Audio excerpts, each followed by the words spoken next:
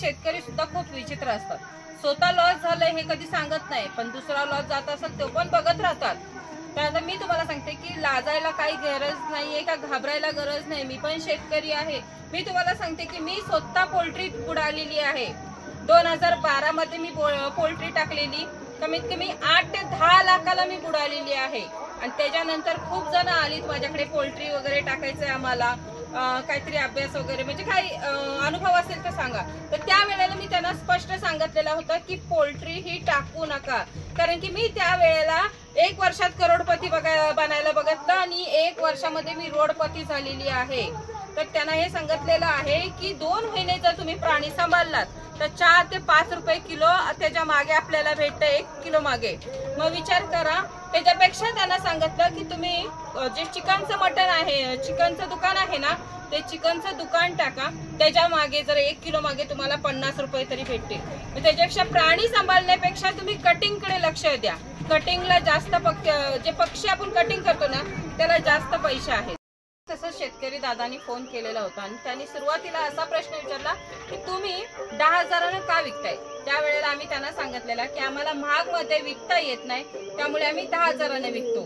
तुम्हाला जर महाग मध्ये पाहिजे असलं तर आम्ही देतो, पण तुम्ही विकाल त्यावेळेला आम्हाला फोन करायचं नाही, तुम्ही मग तिकडे काहीही करा. आणि तसंच नंतर मग त्यांनी सांगितलं की मी नारी सुवर्ण 20,000ला आणलेली होती आणि मला विकता नाही आली, म्हणून मी कटिंग मार्केटला 12 ते 13,000 विकलेले आहेत.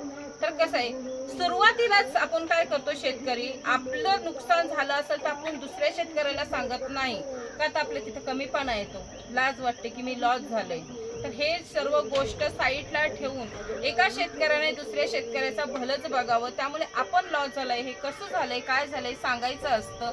हे सांगितल्यावर दुसरा शेतकरी जो आहे सावध होतो, त्याच्यात बुडत नाही. आणि तसंच ते दादांनी परत असं पण सांगितलं की त्यांच्या एखाद्या पाहुण्याकडे माडग्याला आहे आणि त्यांच्याकडे 4 महिन्याचं कोकरू 80,000ला भेटतं. मग तेव्हा आम्ही त्यांना बोललेलं होतं की तुम्हाला हे 20 ते 25,000चं विकता येईल ना, तर लाखाच्या गोष्टी कुठं करताय. तर प्रत्येक शेतकऱ्याने एवढं लक्षात ठेवणं गरजेचं आहे की आपण ही मेंढ्या विकू शकत नाही, मग त्या मेंढ्यांकडे वळायची गरजच काय, ते विकताच येणार नाही आपल्याला. यासाठी पहिला आपल्याला कुठे विकता येईल हे बघायची गरज असते. सर्वांना असंच वाटतंय की मी स्वतः 10,000 विकते, तर मीच विकत नाही. तुम्हाला जर आणखीन माहिती पाहिजे असेल तर कर्नाटकमधनं फिरून या, कर्नाटकमध्ये जाऊन फिरून माहिती करून या. आणि जी जाहिरात करतात ना त्यांच्याकडे जाऊ नका. तर जी बिना म्हणजे शेतकरी जे आपली 10-5 असे सांभाळतायत ना त्यांच्याकडे जा, त्यांना विचारा की तुम्ही काय बाबांनो रेंज मध्ये विकताय, तर ते बघा ते काय सांगतील. मी जेव्हा फिरून आलेली होती, तिकडून जाऊन माहिती वगैरे करून आलेली, त्यावेळेला त्यांनी मला 10 ते 12 पर्यंत रेंज सांगितलेली होती. आणि त्यावेळेला मला घ्यायचं नव्हतं, फक्त माहिती करायची होती. म्हणूनच सांगते तुम्हाला कुणालाही जर ह्याच्यातल्या त्या माहिती स्पष्ट पाहिजे असेल तर कर्नाटकमध्ये जाऊन नक्कीच फिरून या.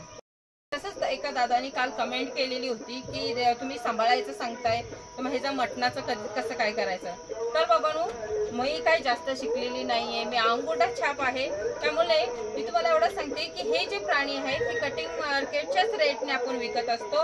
आणि समजा 25 किलोचा जर एखादा प्राणी कटिंग केला तर 17 किलो पर्यंत त्याचा मटण पडतोय.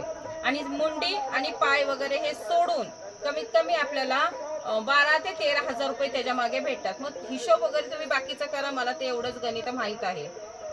तसंच दुसऱ्या दादानी त्याचं मार्केटिंग कसं करायचं विचारलंय. मग मी एवढे दिवस सांगते तरी काय, तर खरंच सांगते बाबांनो, मी तुम्हाला एवढे दिवस मार्केटिंगच कसं करायचं सांगते, तुम्ही व्हिडिओच पूर्ण बघत नाहीये. मग तुम्हाला कसं माहित पडेल कुठल्या ह्याच्यात मी मार्केटिंगचं सांगितलंय. एवढ्या दिवस मी फक्त हेच सांगते, सांभाळायचं जास्त सांगत नाही, तर मार्केटिंग कसं करायचंय ह्याचं सांगत असते. कारण की तोच भाग आपल्या व्यवसायातला महत्वाचा भाग आहे, म्हणून पहिला तेच मी सांगत असते की जी मार्केटिंग कशी करायची. त्यामुळे तुम्ही पूर्ण व्हिडिओ बघा. मार्केटिंग वगैरे मी सगळी सांगितलेलीच आहे हो. ह्यासाठीच सांगते की एका शेतकऱ्याने दुसऱ्या शेतकऱ्याला सांगत जा तुम्ही कुठल्या प्रॉब्लेम होतात, काय झाले तुम्हाला, कशामुळे तुम्ही फसलात हे सांगत जा. त्याने दुसरा शेतकरी सावध होईल.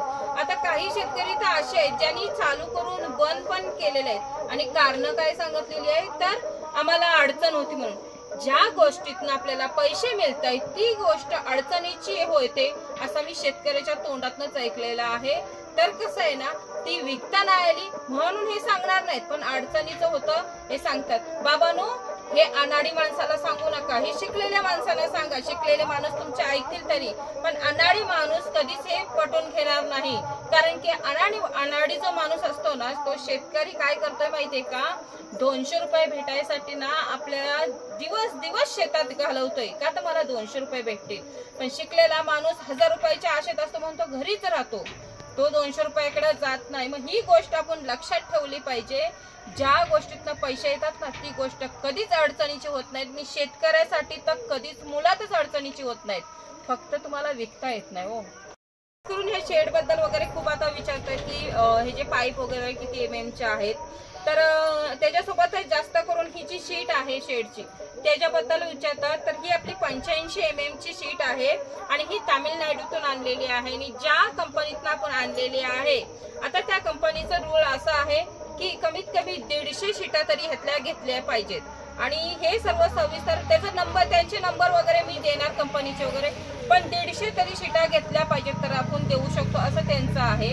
आणि हे पूर्ण जे काही डिटेल आहे शेडची किती काय लागतंय ते सर्व पाऊस गेल्याच्या नंतरच तुम्हाला सांगितलं जाईल आणि दाखवलं स्पष्ट जाईल.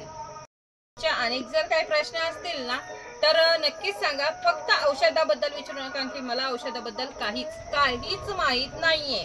आणि तसंच शेतकऱ्यांनो, तुमचे जे काही प्रॉब्लेम्स आहेत तुम्ही कसे बुडाले ते तुमच्या पुरतीच ठेवा. आणि दुसरा कसा बुडतोय ना ते वाट बघत बसा, सांगू नका मात्र. आता मी सांगते की मी बुडाली ना पोल्ट्री मध्ये, तर मीच नाही, माझ्या सोबत अनेक दोघांनी चालू केलेले असे आम्ही 3 जण होतो. एकाच टायमिंगला चालू केलं आणि एकाच टायमिंगला बंद केलं, कारण की आमचं तिथेच काम संपलेला होता. तर हे स्पष्ट मी तुम्हाला सांगितलेलं आहे. पण बाकीच्या शेतकऱ्यांनो लपून ठेवा, दुसरा शेतकरी बुडतोय तिची वाट बघा.